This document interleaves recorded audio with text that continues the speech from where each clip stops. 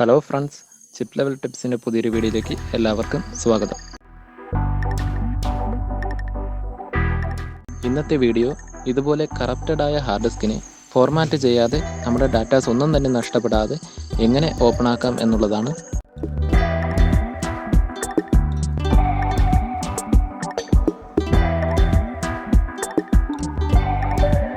അതിനായി സ്റ്റാർട്ട് മെനുവിൽ ക്ലിക്ക് ചെയ്യുക. സെർച്ച് ബാറിൽ CMD എന്ന് ടൈപ്പ് ചെയ്ത് റൺ ആസ് അഡ്മിനിസ്ട്രേറ്ററിൽ ക്ലിക്ക് ചെയ്യുക.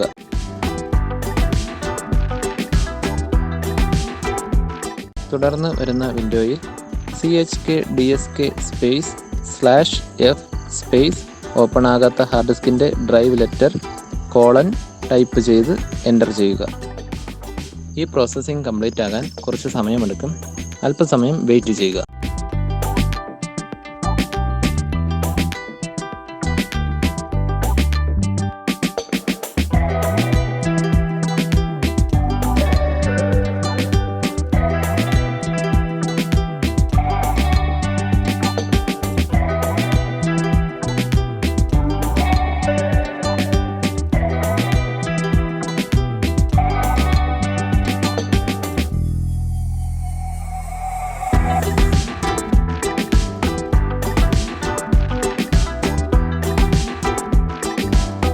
ഇവിടെ ഇപ്പോൾ കറപ്റ്റഡായ ഹാർഡ് ഡിസ്ക് ഓപ്പൺ ആയത് നിങ്ങൾക്ക് കാണാൻ സാധിക്കും.